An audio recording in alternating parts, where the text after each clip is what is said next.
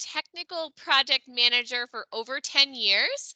I've had over 100 different clients, thousands of different stakeholders, and I still love this webinar, An Introduction to Project Manager, because I believe that everyone is a project manager. So whether you're here today for a refresher on Project Management 101, whether you are looking to jump into project management, or maybe you've had a project or two dumped on your lap recently, and you're not officially have the role of a project manager, but you want some tips and tricks, you're in the right place. I love giving these webinars. I definitely would love for it to be as interactive as possible. And definitely don't hesitate to reach out with questions. Can everyone still hear me okay? I'm getting a little note, Melissa. You're still okay? All right, you're on mute. I'm assuming I'm going to keep going. Someone will reach out if they can't hear me. Yeah, we can hear you. Great. So just a really quick, project management, grow more, struggle less, project management that fits. So we're focused on short-term, part-time project management. We do a lot with strategic annual planning for organizations. We do some program and portfolio management. We've gotten into doing a lot of standing up project management offices. So teams that are growing really quickly need to kind of standardize some of their project management best practices. And we do a lot with software implementations, process improvement, and we do training and mentorship for project management as well. Enough about us, more about you. So for today, don't hesitate to unmute. You're welcome to ask questions as we go. We are going to send a copy of this deck to you along with the recording, so you don't have to take notes if you don't want to. We will also send out a survey just to find out how we did. We offer a lot of free webinars, so your feedback on how to improve or topics that you might want to hear about is really helpful to us. So please don't hesitate to fill out that survey with brutally honest feedback and suggestions for future webinars. My colleague Melissa will be managing our lobby as people join late, as well as checking for chat if you have any questions and you don't want to interrupt me. But you are welcome to go off mute and ask questions as we go. Okay, so we're going to start off with a question of what is a project, and I will ask for answers later on, but for right now, I'm just going to kind of get us going to make sure we're on the same page about what we're talking about here. So a project is a temporary endeavor that is undertaken to create a unique product, service, or result. A project is different than operations, which is the ongoing routine activities that are involved in the organization's primary business. Now, I'm actually going to take a step back because, again, I strongly believe that we're all project managers, and I'm actually going to give you an example of a project versus kind of your day-to-day life, right? So an example of a project would be if you are buying a house or moving from one apartment to another, or for example, selecting a college or a school or something like that. That is a temporary endeavor, right? It has a start, it has a middle, it has a completion, and it's unique, right? In what result or goal you have. Whereas operations, well, it might sometimes feel like project, is that day to day. So I have 2 young children. My operations include getting them up, making sure they brush their teeth, having breakfast, getting them on the bus on time, making sure that I filled out any field trip things and stuff like that. So that's operations. Yes, these are tasks that I need to complete, but these are day-to-day organizations to keep my life moving. Does that make sense? So you all know that you are project managers, whether you like it or not, and whether or not you have the title or you actually do project management in your role at your company. Any questions about project versus operations? One of the great examples that people ask me about is oftentimes invoicing. So my husband happens to be in the accounting side of the world, and he says like, oh, well, invoicing is a project, so I have to do it. It's, got to start and an end. I do it in 5 business days. No, that is not a project, darling. That is operations. You do that every month, and it's part of keeping your business open, right? So even though you do year-end reporting once a year, and it is temporary, it is a regular reoccurring thing that must happen in order to keep your lights on. It is not a project. If you are changing your invoicing system and it is no longer going to be where it was, then you're going from point A to point B, you're changing over systems, then that is a project temporarily while you are getting to your new normal state. So operations keeps the lights on, strategy provides us that light at the end of the tunnel, and hopefully we're getting closer to it. But project management is the train engine that moves the organization forward. Joy. All right, so when we think about project management, there's lots of actually different flavors of project management or types of project management. So I tend towards being in this kind of IT software side of project management, but there's other types of project management too. So there's a whole discipline around construction. If you think about building, and major building projects, whether it's a bridge or a building or something like that, or a house, then there's engineering project management, and oftentimes you can also see that like in the more science area, pharma, and kind of other research and development. But project management as a whole is a framework, right? It's knowledge, skills, tools, and techniques that help you meet the project goal, right? Not every tool, not every technique is going to work for every project or for every company or culture. So we as project managers or project advocates need to identify what the right skills, what the right tools and techniques and processes are best going to help us meet our project goal. We're going to talk about how important it is to have a clear project goal in just a moment. Any questions about different types of project management? Okay. Really quick history lesson. We won't spend too much time with this, but project management has existed for a really long time. But in terms of it actually being like a formal discipline where people can have the role of a project manager, that's actually been more recent. So if you think about the pyramids or the Great Wall of China, like, wow, those were huge multi-century projects and someone had to organize that, and they didn't have the same equipment we had now. So if you can imagine the amount of time and coordination that had to happen in order to build the Egyptian pyramids, it blows my mind. So then after the 1900s, right, you start getting some of the kind of key tools that we recognize today. So the Gantt chart, right? That we're going to look at that a little bit later, but the Gantt chart, critical path method, so understanding what tasks get us to the end, the formation of Project Management Institute, and then we started talking a little bit more about the concept of constraints, whether those are budget, scope, schedule. We started having some formulas about earned value management, so we can actually say, like we can measure the value of something. Scrum, we started looking towards personal computers, so we had some way better tools and connectivity. And then Agile really was codified and became a key buzzword in the 2000s. And then even lean startup, lean enterprise methodologies. What do we think is next with project management? It's going to be really interesting. It's a constantly evolving discipline. There's so much more to this, but I wanted to just kind of give you a quick overview. So when I talk about project management methodologies, I honestly think of project management methodologies in kind of a continuum. So probably the two somewhat extremes, right, is agile, is a what's called a waterfall traditional method. And this is, you see this most in construction and like very large scale IT cutovers, where you have this initiation, you have a planning phase, execution, monitor and control, and then closing out. And these oftentimes have like big bang cutover scenarios. Whereas agile, you probably heard of, is a more iterative approach where you have plan, create, build, review, release in a constant state. And this is probably most common still in the software space and in kind of a software development product implementation standpoint, but you will see agile methodology extending far past software. We'll talk just briefly about some different uh, schools of thought in this space and kind of the growth of SAFe and other methodologies here. Any questions? So we could do an entire session easily on like the core components of agile versus the more traditional waterfall methodology. If you look at a previous version of the PMBOK, you'll see that it started out very waterfall, and then they have added a lot of new content in kind of the agile frameworks and methodologies on the more recent time frame.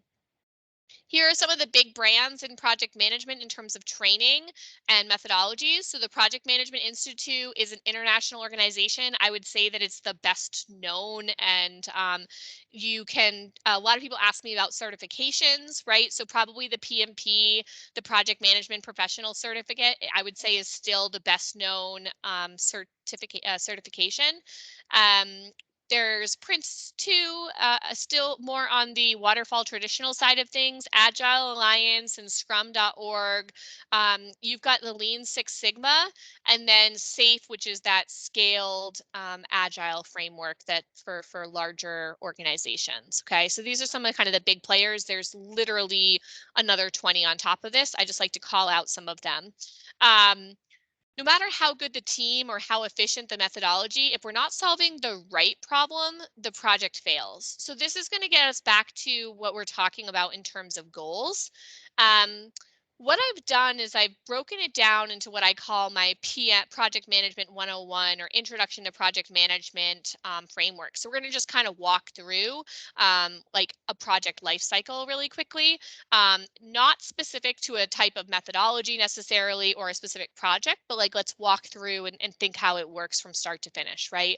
So what I've called out is extremely key activities. So if you go to PMI or PMBOK or something and you look, they have, I don't know if it's 11 or 13 different knowledge areas from scope and risk management and communication and all these different things.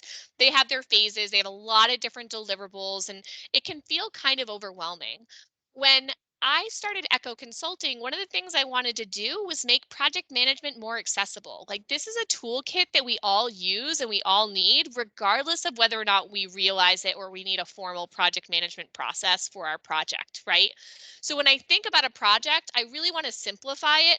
And then I want to add on the key tools and deliverables and artifacts that make sense, that will help me get me to my goal, right? So the first thing is an initiation is, what is the problem? What is the change, like what is the challenge or the pain point I'm trying to solve for, right? Whether it's building a building or a bridge, or I'm trying to invent um, a new medicine like a vaccine, or whether I'm rolling out a new platform or something, like what am I trying to solve for? And then articulating in a goal in a way that I can, the way I try to do is I visualize it, which is like, how can I check off my goal at the end of this project, right? And we'll talk about SMART goals in a second, but it's like, what's the problem I'm trying to solve? What does success look like? Right? Like, let's just pause and think about, what does success look like? In some projects, it's really tangible. That bridge goes from one side of the river to the other. That's a very tangible goal, right? But that's not enough. We also want to be able to drive across the bridge, right? We want to be safe when we're doing it. We don't want it to collapse. So it's a lot more than just, build a bridge. Similarly, when you think about rolling out a platform, it's not just rolling out the platform, it's actually getting the result you were looking for by rolling out that platform. So making sure you have a very clear problem that you've identified that can be shared and articulated by the executive team, but also the team that's working on it. Like, do they know why they're doing what they're doing? What does success look like at the end? And then you start thinking about, okay, we know what the problem is. We know what we think the solution is, like what our goal is. Now, who can help me? Now, again, if we get deeper into project management, there's resource management, there's resource plans, there's work breakdown structures. There's a lot more to this, but start with like the basic concept. And as a project manager, this is so important because I've met so many project managers that are incredibly intelligent and fantastic at building these deliverables out, but they have a really hard time articulating to an outsider, to a non-project manager, to a project team member that may only have a task in one tiny piece of this project, what what the process is, what the value of project management is to the success of these projects in the organization. So going back to the basics and really being able to break down what your role is and how you contribute is really important. So identifying who can help, that can be anywhere from who the sponsor is, who the executive team members are, who needs to be consulted, right? They might not be assigned to your project, but you're going to need access to them to get the information you need to be successful. And then the actual project team members. And that's important too, to start thinking about what roles they play, what the expectations for them are. Um, and then once you have people to help you, because one of the things I like to say here, I should have a note, which is like, a project manager, this is going to be, someone might interrupt me and say something different here, but a project manager is not the decision maker. I'm going to just say that for a moment. A project manager is not the decision maker. Their role in a project is to work with teams, right? To identify the risks and the problems and the issues and the information and the requirements, right? Gather that up, work with the team to make a recommendation, and provide options to decision makers with a recommendation. Okay, so when you identify who can help, then you need to start defining out what the solution is, right? You need to start breaking things down into what I call edible chunks, but basically breaking things down in a way that makes sense so that you can logically, what I call progressive elaboration, right? Provide more detail, really build the structure, the skeleton, and then fill in the blanks from there. Okay, so defining the solution and then breaking up the solution into logical pieces. Okay. Then we move into the execution. So once you have a plan, once you have an idea of like how you're going to do things and a basic understanding of what comes first and things like that, you move into executing and monitoring, controlling. Now, this visual is a little bit misrepresentation, because monitoring controlling is an activity that you do over the course of an entire project, right? You're constantly making sure that you're focusing on your goal and you're focusing your resources on the most important thing for monitoring controlling.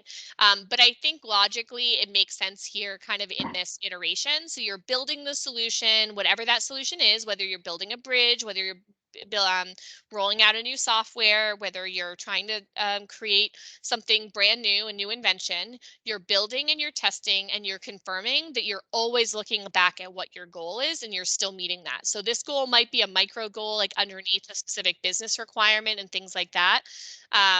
But you're building, you're testing, and you're confirming that it meets the goal, it meets the requirements, right? After you've gone through the building process, right, you're executing, then you move into the adoption piece of it, right? And this is, whether you call this adoption, cutover, whatever you want to call this, launching, go live, there's a lot of different components to this. I think it's really critical because a lot of projects are focused on, moving from A to B and getting to that goal, and then we're done, right? And we oftentimes have oh, can someone mute? I'm hearing some feedback here. So we oftentimes fall down in the change management and adoption side of things. I read we did a change management webinar last month. And I read this great quote right after that, which is project management is readying the solution for the organization. And then change management is readying the organization for the solution.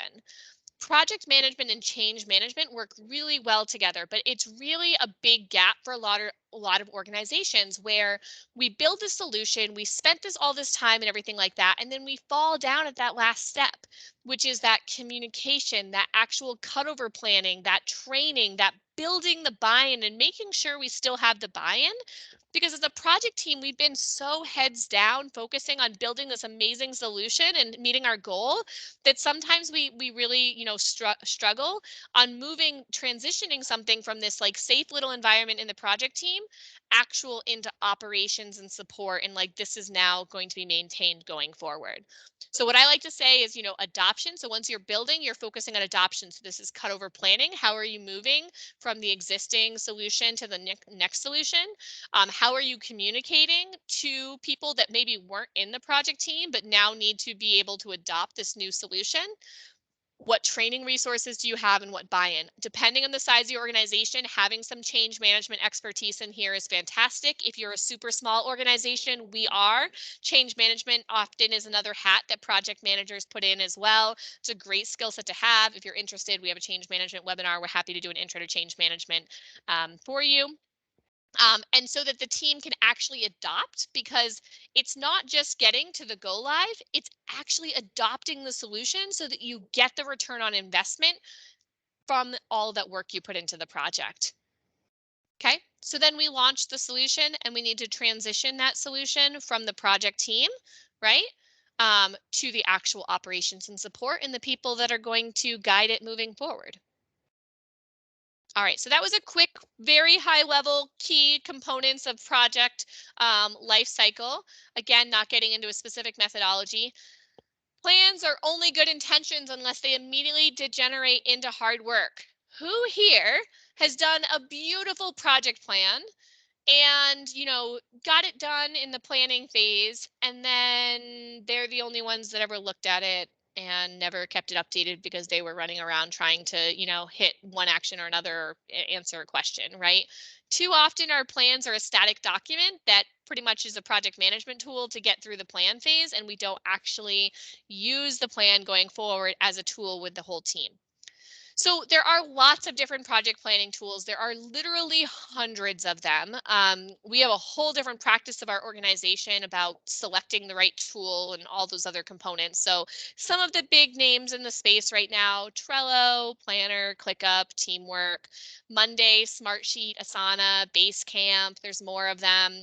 Microsoft Project, Rike, Jira for more of the dev teams and things like that. There's a lot of different project planning tools. And to be honest, most teams use multiple tools. And I'm not just talking about the project management information system that they use or the task management. So like if you're still using PowerPoint or Excel or something else, like that's okay. But oftentimes as a project manager, they're using way more tools than that, right?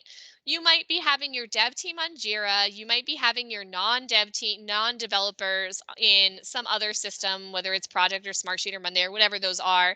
You probably have a time tracking system, maybe for if you have any contractors versus in-house people. Maybe you don't have time tracking. Maybe you have budget tracking somewhere else, like through your ERP or accounting system. Maybe you have like a log somewhere on a SharePoint site or a Google Doc. I mean, oftentimes as project managers, we are juggling so many different tools, and it's not just our project plan tool, right? But the answer is that it's actually not the tool, it's the process. And so you may have seen this, the PPT framework, so of business transformation, right? You've got the people and you've got the process and you've got the technology. So when we think about people and process, we're trying to scale, right? We're trying to grow the capacity of the people. When we're talking about people and technology, we're trying to innovate. And when we talk about technology and process, we're trying to automate, right? We're trying to not need more people to get something done. We're trying to, you know, get rid of manual processes. But the sweet spot is this middle piece, which is that change. Like, how do we bring about change? How do we bring about success and culture and strategy and all these other things? There's lots of different versions of this diagram. The piece that I want to be clear about is that, and there are lots of different stats here too. I just used, I think, one of the ones from 2013 from PMI. There's still a lot of projects that fail, right? So we have all of these different tools that we didn't have in the time of the pyramids and the Great Wall. We have all of these different tools. We have more roles and responsibilities. We have better understanding of methodologies and different artifacts that we have to do, whether it's a charter, a sponsor, all these other things. But we still have a lot of projects that fail.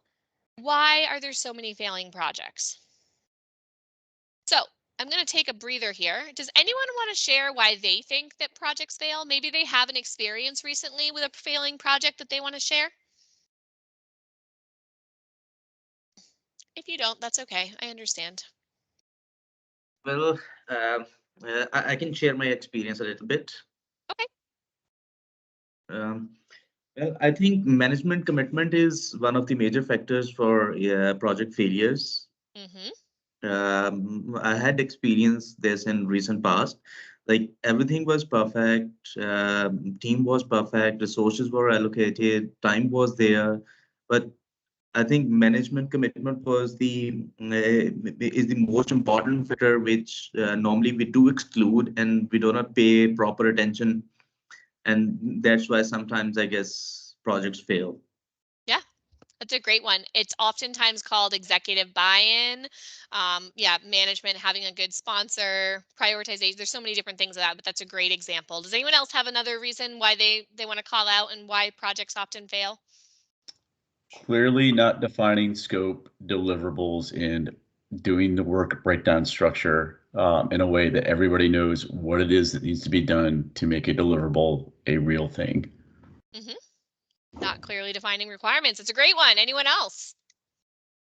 I would say along those lines, not clearly defining roles and responsibilities. Another fantastic one. Yes, we're going to be talking about that one today. Thanks for sharing, Scott. Anyone else? All right, so I think we captured some of them. So lack of strategic alignment, like what's the priority of this project versus that project, that kind of buys into that management commitment, executive buy-in compared to like, oh, well, now we're actually think this is the higher priority, right? Missing requirements or missing stakeholders. If you've ever been in a kind of final testing ready to cut over and then someone comes in that has never been there before and says, hey, what about this? Those are, kind of terrifying moments for project managers. Lack of visibility. So a lot of project managers waste a lot of time on like, what's the status of this or that? So like lack of visibility, lack of communication and things like that. Lack of transparency. How did we miss this? Lack of ownership, accountability, who owns what? That kind of goes back to some of the roles and responsibilities. There are so many different common project challenges. One of the things I want to mention here when I think about project failure is I think that we as project managers and just in general in business, we define project failure too narrowly. So oftentimes we define project failure as not going live or not like launching, right? So a project like just stopping or a project being over budget, behind schedule, or like under scope, right? Those are kind of like the main ones that people think of is like the project never happened, like it never made it to launch. It was too far behind schedule, is too far behind budget or schedule. When I think of project failure, it's not just what happens before the project goes live, right? It's what happens after the project goes live. Did you get the return on investment? Did you meet the goal? And when you say meeting the goal, it's not always that goal doesn't always happen immediately at launch. These are longer term things. And as project managers, as project management offices like organizations, we oftentimes don't do a good job measuring the long term impact of the project once it is complete. So there's a lot of room to grow here. All right, thank you for sharing, everyone. I'm going to keep moving. So a very typical intro to project management tool, it's called the triple constraint triangle. So when we talk about it, right, scope, schedule, budget, cost, and understanding that when a change happens, whether it's either to the timeline or maybe we have some new requirements that came in or the budget changes or something like that, we can't have one side of the triangle or one axis of the triangle change and nothing else changes, right? So it's just a visual, which is like if you change the cost and the time, or you change the cost and the scope, right? Like oftentimes the thing that gives is time. The answer is if you change any one of these things, typically it has ripple effects on everything, right? So like if you change the timeline, it usually impacts scope, cost, and quality. And so that's just kind of like that high level as a project manager, my initial tool. There's a lot of versions of this. There's a more complex, there's a whole movement to say that this is oversimplification. But when I start intro to project managers, I really want to like harp on this fact that you have the schedule, you have the cost and the budget that you have available to you. And when you think about budget times two, remember that this cost is not just dollar amounts. Oftentimes it is people and things like that, and that equates back to. So in small organizations that don't have this kind of cost per hour concept, oftentimes it's important to kind of understand that like people's time matters. And then, and you know, has a cost associated with it. And then the scope, right? The requirements. What are you delivering for this period of time? Okay. So today we're going to go back to this initiation, planning, executing, monitoring, and control, this like simplified version of project management. I'm going to give you some different tools and tips, right, on some of the ways that we have addressed some of these key pain points in these different areas, right? So lack of organizational or strategic alignment when you are looking to kick off a new project. And this is one of my favorites. I use it in almost every single one of my webinars, which is setting SMART goals. And so oftentimes when I work, especially with like much larger companies, more intense, like big IT rollouts and things like that, I don't get a very clear goal that can be articulated to business stakeholders and understand like why this is happening and how this impacts in a way that I can share with all of the stakeholders, not just the individual technical resources. So what I like to do, I also oftentimes get really big, heavy project charters or some documentation in the business case or a big presentation and things like that on that.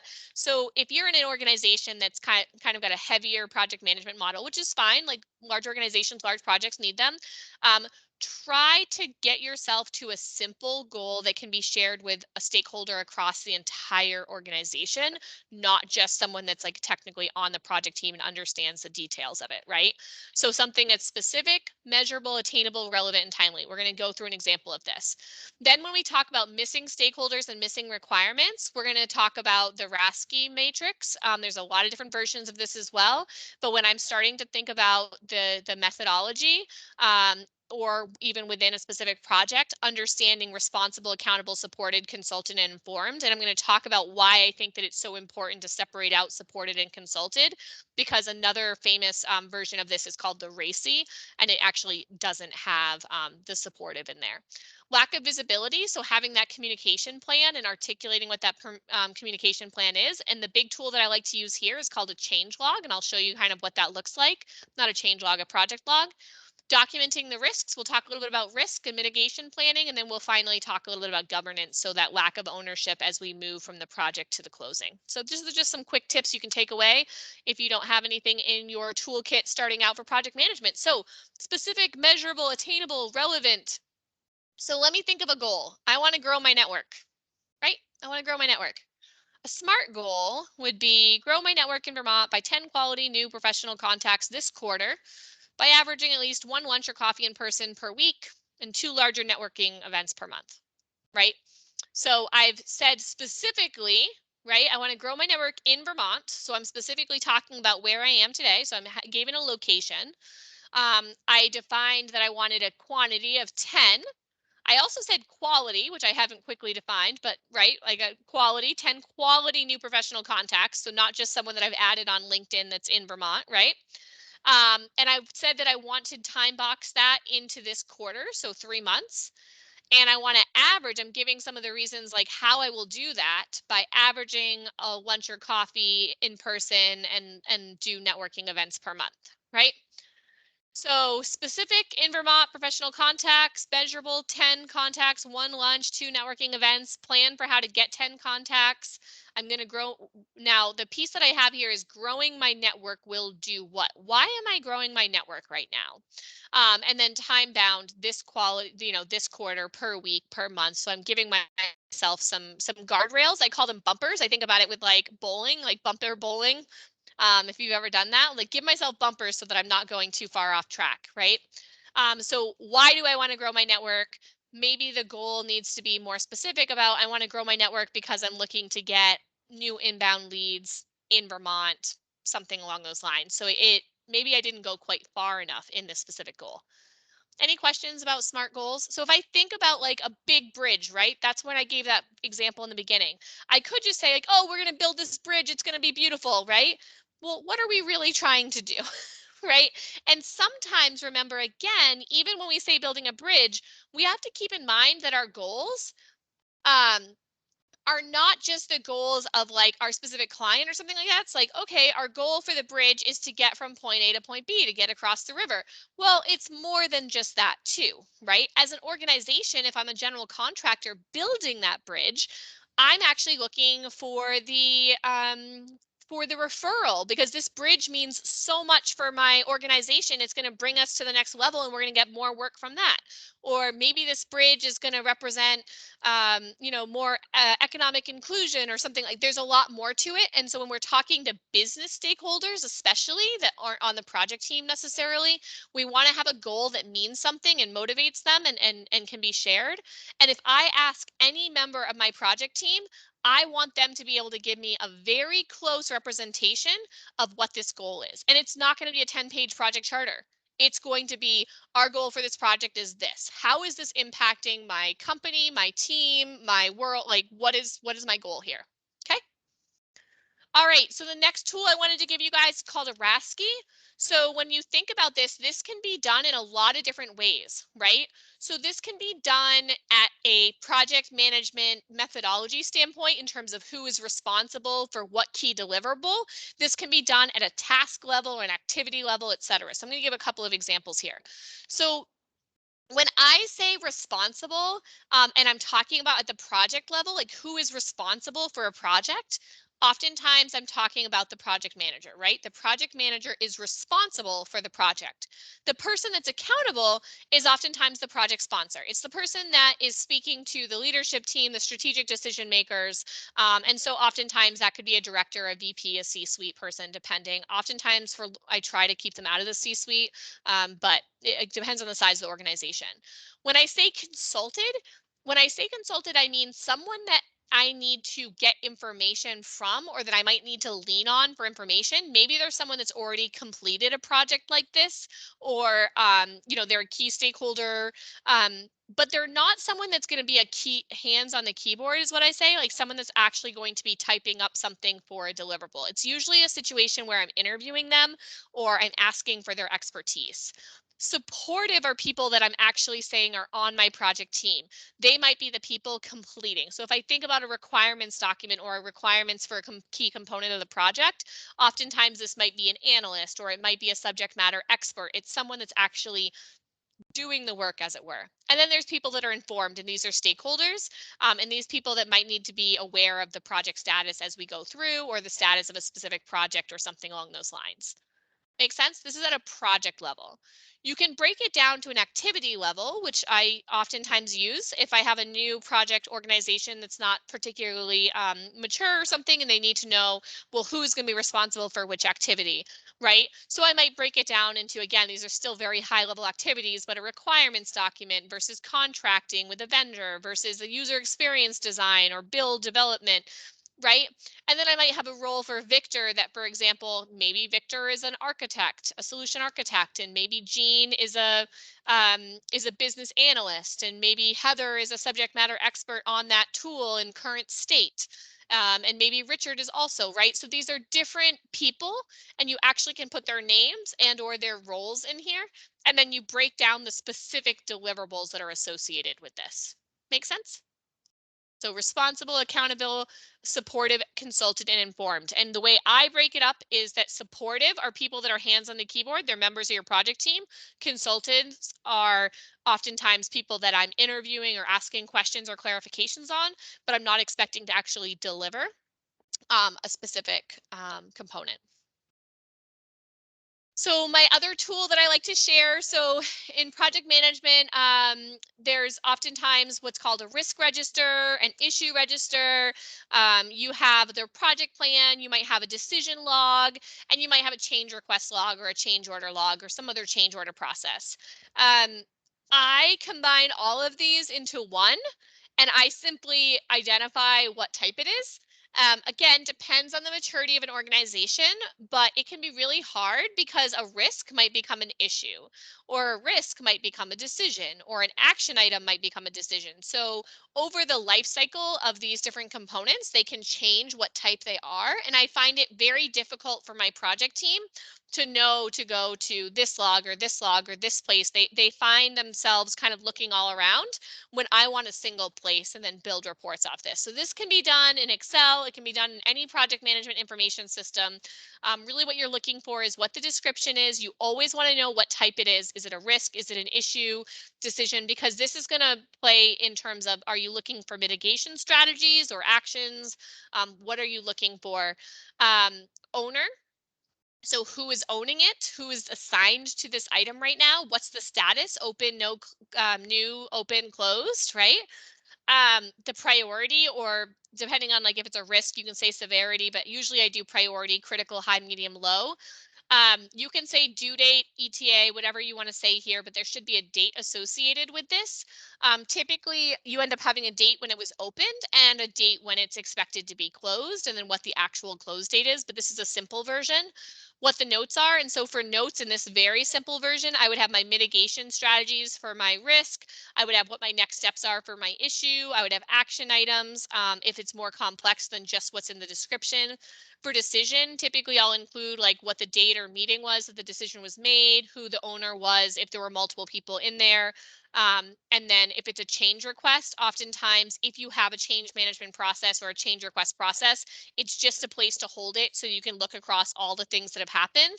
So oftentimes a report will be, okay, these are the things that have closed in the last 2 weeks or the last month or whatever that cadence is where you're having an update with your stakeholders. And then logged, this is oftentimes opened. Mine has many more columns than this and it's more complex, but I just want to give you like a quick, easy tool. I use this tool in place of my meeting notes in a lot of cases. Okay, it's not for everyone, but when I'm going into a meeting, what I'm trying to do is I'm trying to either get decisions made, right? Or make sure that action items are assigned, right? Or understanding what the risks and issues are for the tasks that are at hand, or understanding the changes. So oftentimes when I'm taking meeting notes, like I am in my project log assigning tasks and issues and risks and things like that I'm pulling. Like I think one of the most important things as a project manager is risk management, is working with your team to identify what could change. Because the only rule in a project, like, yes, you need a plan, but that plan changes. You need to anticipate that it's going to change and plan for it so that you can be proactive and you're not always being reactive. Okay, so project log is one of my favorite tools, and it can be super simple or it can be more complex. All right. When you think about it, you probably heard this as storm, what is it? Form, storm, norm. Right? We have like a cheesy echo version of it, so we'll walk through that today, but it's very similar to if you've heard the concept of form, storm, norm, right? When we're engaging in a project, we are engaging, we've identified the different stakeholders, we're articulating goals, we're starting to bring people together and understand who the different players are in a project, right? If I'm going into a brand new project, I don't know the layout of what's going on. I don't know the politics, who everyone reports up to, etc. So I'm engaging everyone. I'm gathering information. I'm making sure that we're all aligned, have the goal in mind. Inevitably, there's conflict, right? Different people have different priorities. There's different projects. There's different things that people's time. Maybe they're not a full-time project resource. They're also in operational components and they need to meet their KPIs and goals over there. They have different visions about what the end solution is going to look like and who's going to be on the team and who's going to own what, right? So we engage with everyone. We have conflict. So what we're trying to do is clarify what a shared vision is, right? There's compromise, there's negotiation, there's trade-offs, anywhere from requirements and work breakdown structures and how we're going to organize things to who's going to be on the project team and who's going to be just informed about it, what the communication plan looks like. We're trying to come up with a shared collective vision for the team and for our stakeholders. And then we need to drive ownership, alignment, right? So in the harmonized phase, you can disagree, we can shout at each other, but we're trying to come up with what that shared vision is. When we leave with that, now there's alignment, we're trying to focus on the buy-in for the larger team, and we are making sure that we have governance in place so that if we get off track, we are clear that we're getting off track and we have a way to get back on track, right? So that's ownership, alignment across the organization, driving that buy-in. Any questions on that? All right. Of all the things I've done, the most vital is coordinating the talents of those who work for us and pointing them towards a certain goal. Walt Disney. All right, so as a project manager, communication is something that I'm having to do all the time, right? So I do want to just talk quickly about different communication methods that are oftentimes in projects, right? So oftentimes, I know you've never had to attend a meeting, but well, there's a lot of them in projects usually. And if we think about that in meetings, you typically have more vocal participants, right? And then you have some people that are really quiet and sit in the back and don't want to be in the meeting. So the people that are more vocal are getting more representation and more time associated with their requirements and their needs. And the people that are quieter in meetings are getting less representation. Maybe you have an instant messaging platform. The people that are more vocal are more likely to use that, whereas the people that are quieter and kind of more introspective, they're less likely. Same thing with emails, who's responding. Weekly meetings, right? Feedback on documents, same thing. Like you typically have some people that are less comfortable giving feedback and or providing. Now, some people are really comfortable in written, right? So maybe they're more comfortable and they give you more feedback here, but they're less in meetings. As a project manager, it is important to understand who my stakeholders are and what their preferred types of communication are, so that I am making sure that if they have a risk or they have an issue or they're not going to hit something, that I have clear communication with them and I can get the information I need about those risks from them. So one of the things I do is try to identify communication methods that tend to be a little bit more equitable and quantifiable so that I can make sure that I have more equal representation. So some of the things towards that end are Scrum stand-ups or round robins that do force every person to participate in a way of like, these are my top 3 blockers, or this, you know what I mean? Like you call on every person.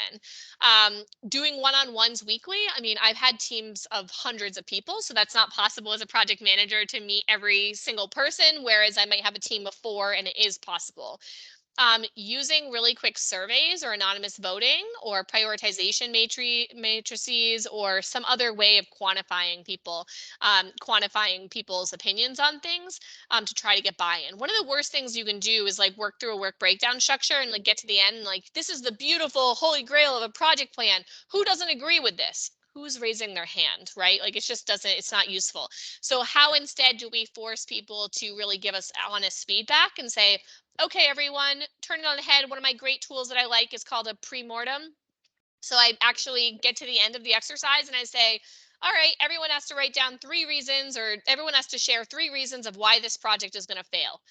It blows their mind, right? You're making everyone do the same thing. You're giving everyone the same amount of votes. Like you have to each tell me 3 things of why this isn't going to work from your perspective.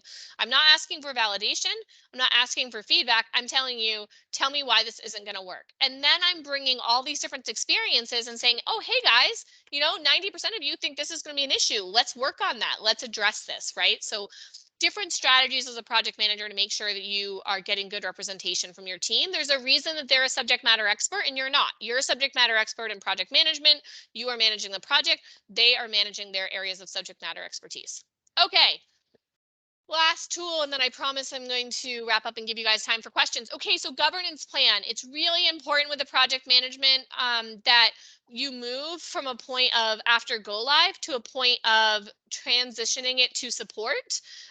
Oftentimes, it's not a one and done situation. There's additional fixes that have to happen. There's additional enhancements that people came up with over the course of the project. So it's really important that you're giving them away, and I call this intake, but like, how are they providing feedback? How are they asking questions? How are they identifying if there's a defect or something not working correctly? What if they don't have the right access? What if they have ideas and requests that came up during testing or during the build process that were out of scope? How are we managing that backlog?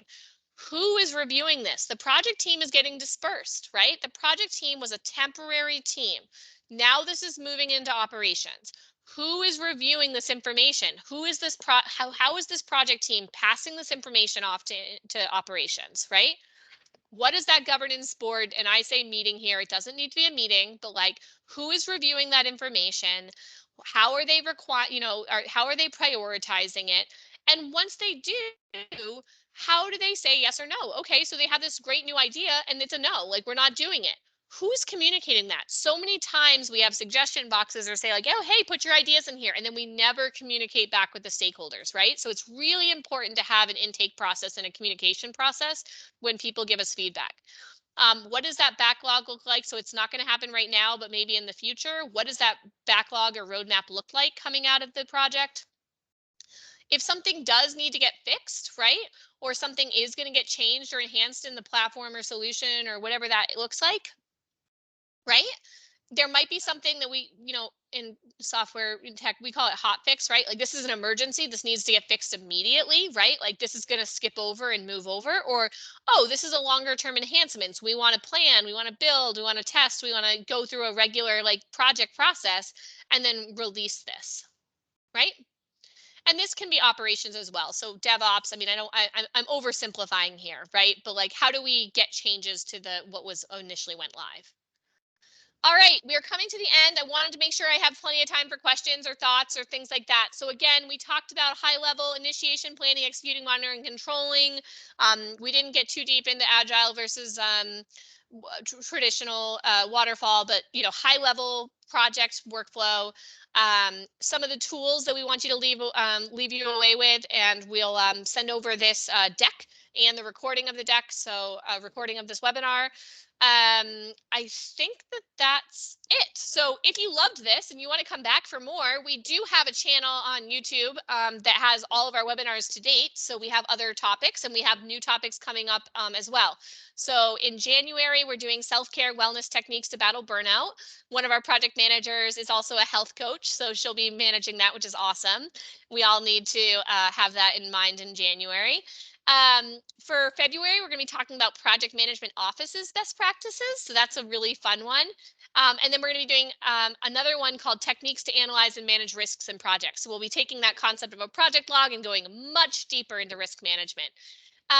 If you want to reach out for more information, we have an email address here. We have our phone.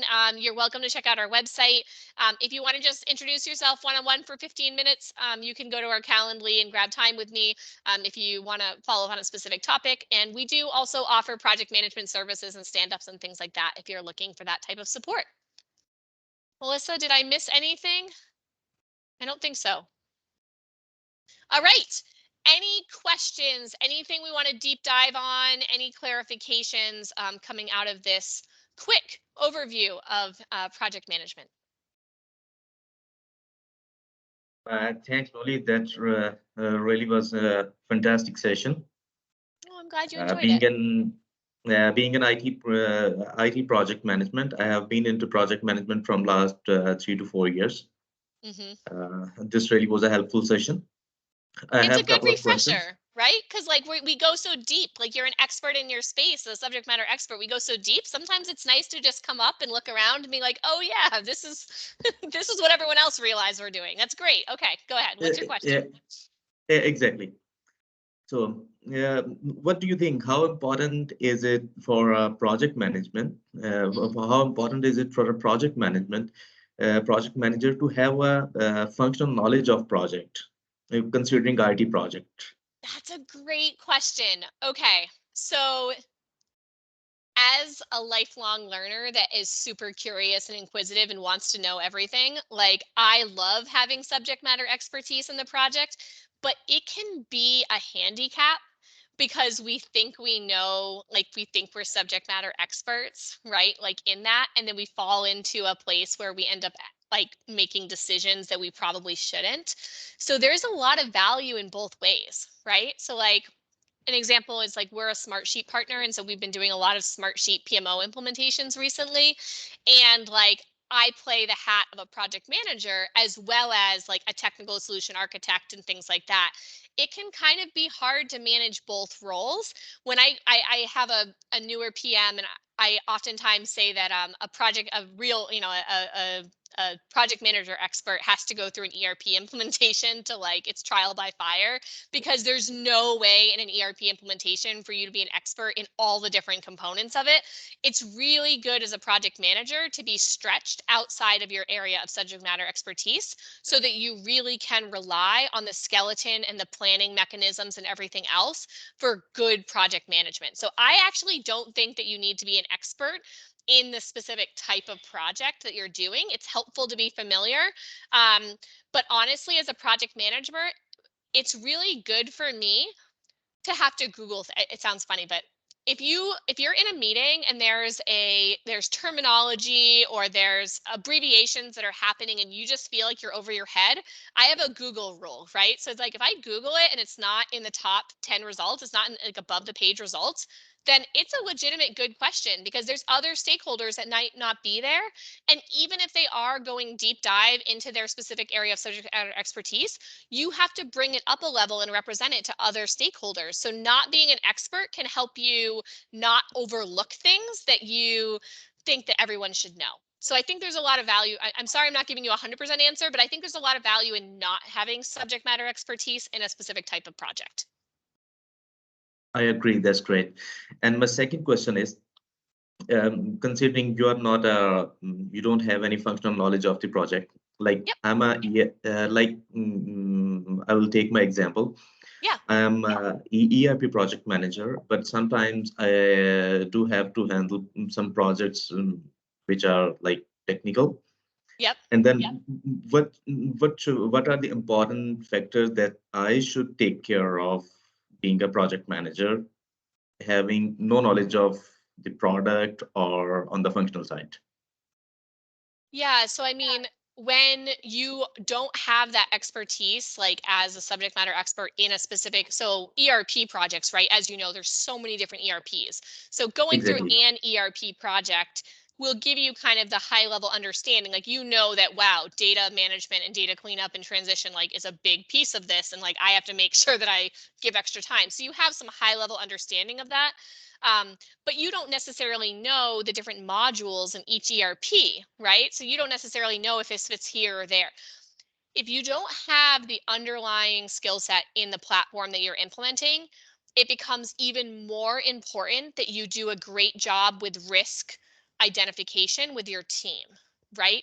It's really spending that extra time in identifying risks and mitigation strategies and bringing that forward and making sure that you have open communication with your subject matter experts and creating a safe space where too often with projects and project managers, like you're coming in with a plan that no one actually believes in, like either the time frame or whatever that is, whatever that reason is. It's really important with your team to provide a safe space so that they can give you what those risks are, what they think are going to go on, like what their experience is, and to really push on that team and provide very direct communication to all stakeholders about that. So too often I coach project managers on being like very direct in their communication and trying to separate some of that emotionalness of being like, oh, this is going to mean something's like, no, like your responsibility is the communication of those risks and providing the best recommendations that you can. It's not to take on all that stress to yourself on every change that happens. It's trying to, be as proactive as possible. So risk mitigation planning, extremely important always, but definitely if you're not a subject matter expert, so you're having to rely on your team to provide you that visibility of what's going to change as you go along. Thank you. I got the answer. Okay, good. I talk a lot, so I'm sorry it wasn't succinct. Any other questions? That's great. Yeah, I have one. What would you say are the most important soft skills as a project manager? Right? Yeah. So when I'm hiring, I almost always hire for soft skills versus hard skills because I think project management can be taught, but the soft skills are not. So I'll give you a couple of different things. So the first one that I look for is the ability to, it's really more about accountability, but I ask for an example of a project that failed, right? And what I'm looking for is I'm looking for, you know what I mean, self-reflection and ownership and like, you know what I mean, like to be able to be a little bit analytical in the way things are and like the ability to be able to kind of be resilient and think about how to apply those lessons learned moving forward. When I think about other soft skills, it's that communication side of things, and it's not being a good communicator yourself, but it's actually being able to actively listen and draw other people to provide information. So it's more of like that woo capability. So when I started project management as a project manager, I worked with a lot of development teams and I did it across multiple time zones. So I worked with outsourced teams too. and different cultures and different, when you're working with developers and their willingness to talk and think that you understand and everything like that, it can be really difficult, right? So understanding how different people communicate and trying to be able to gather the information from them is like a key piece of it. And then the other piece is, so active listening, being able to draw information out from people, communication, accountability, the ability to be resilient and everything and balance multiple things at the same time. There's so many different answers. Does anyone else want to provide input on what they think the most important soft skills are for project managers? Belief in the process and being able to convince others it works as a project manager. And I would add to believe in the end result of disciplined application of the process. Does that mean you have to do, if you're doing, I can do a lot of waterfall stuff in my line of project management. And do you have to do all 5 steps and all, whatever, is it 53 processes that PMI told me I had to learn? But that you can get people that work with you in that project management team and your stakeholders and the people that you're getting that project delivered to buy into the process, that it works, and not let them tell you that it's too cumbersome and it doesn't get the end result that everybody's looking for. I think that's a very important soft skill, is that kind of salesmanship and building buy-in. Yeah, I love it. Belief in the process to get the end result. And motivation, right? Like what you were talking about, Brian, there is like, yes, build buy-in, but also, right, like that motivating that team. Like there are always, projects have ebbs and flows and dips and peaks and valleys, and like that project manager, like they act as a coach, they act as a cheerleader, they act as a, a blocker to keep the project team safe so that they can focus on what matters. I mean, yeah, project management, a lot of soft skills. The hard skills are way easier to learn than the soft skills. Instincts, BS instincts. The other one I love is BS instincts. So when I have people that are more technical than me, that are more subject matter experts, and they're throwing a bunch of jargon at me to try to like get around what, it's like, no, explain it to me in a way that makes sense to, the common person. I Google it. If I can't find it in the top results, that means that they didn't do a good job explaining and calling people on it directly and asking those good questions when it's difficult. Great question. I love that one. Anyone else? Oh, we're over time. Thank you all for your time today. I really appreciate it. Feel free to reach out. We will